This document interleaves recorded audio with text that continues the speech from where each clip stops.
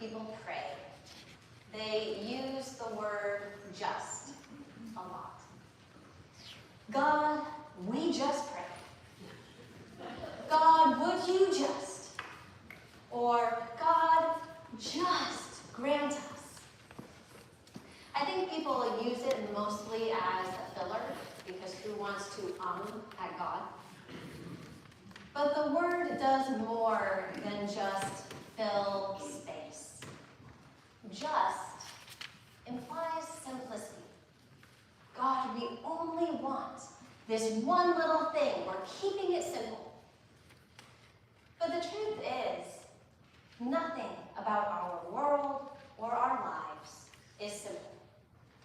Creation is complex, cosmically connected, woven together through the mystery of the incarnation.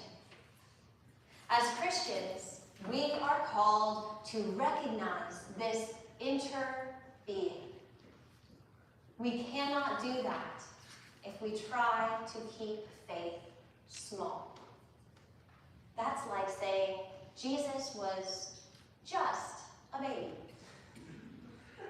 Our Episcopal spirituality is rooted in an incarnational theology, which proclaims God became fully human in Jesus Christ.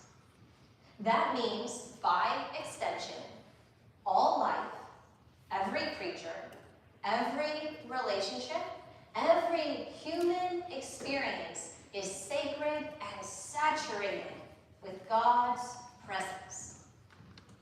So faith for us is grounded in the world.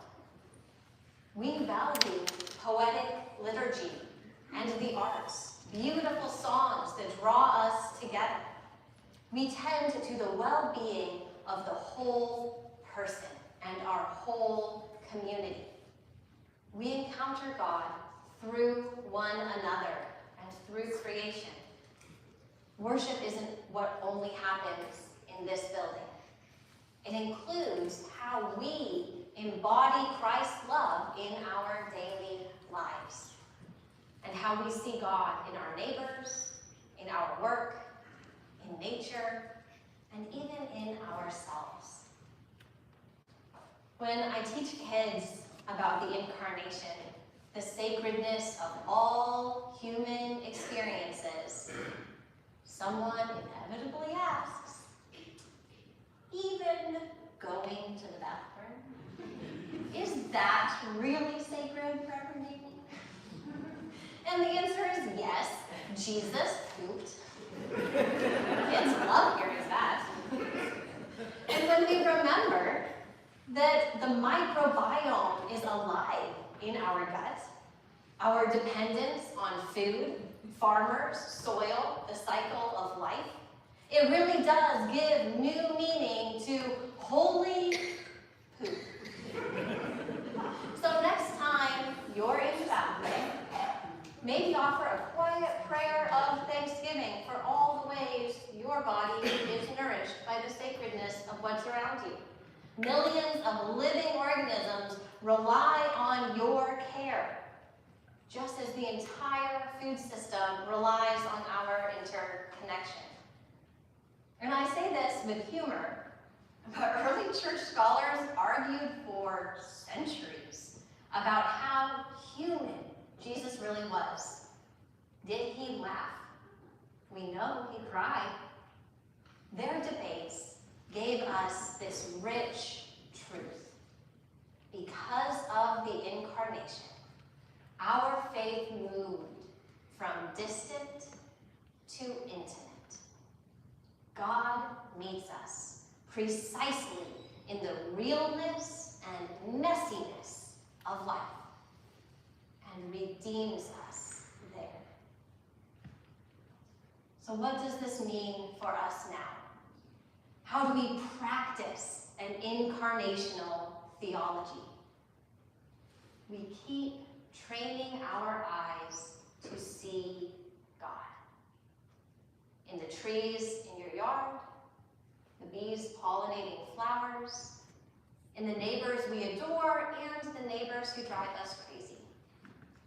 And whenever judgment or fear pulls us away, whenever we want the world to be just what makes us comfortable, we return to Christmas. We remember that God is so much bigger than our perceptions and our perspectives. God dwells in all human life, all planetary life, all cosmic life. And it's okay that it's complex, that it's messy. It won't be simple, and there won't be easy answers. Sometimes there won't be answers at all. Just wonder. I wonder what this person is experiencing. I wonder how their story will teach me about God showing up. I wonder where God is showing up in their life. Incarnational living reminds us that we cannot contain, limit, or possess God. But we can honor God by honoring one another. We can connect with God by connecting with one another. When we care for each other, we participate in the very life and love of God. And this is the hope of Christmas. That every day in our lives is an opportunity to hear Christ's voice, to see Christ's light, and to know God in our midst, in our silly, messy, complex, beautifully connected lives. And to begin shaping a world rooted in that seeing. So tonight, when you hear one another's voices, hear Christ. When you share the peace, see Christ. When you pass someone unhoused, see Christ. When you hear of suffering in sweatshops and death in war zones, see Christ. When joy surprises you, see Christ. And when sorrow visits, see Christ. For the incarnation promises that God is not distant from any of this. Not from our celebrations, not from our struggles, not from the world's wounds, and not from the world's healing. Christ is born into all of it. Christ is born into us.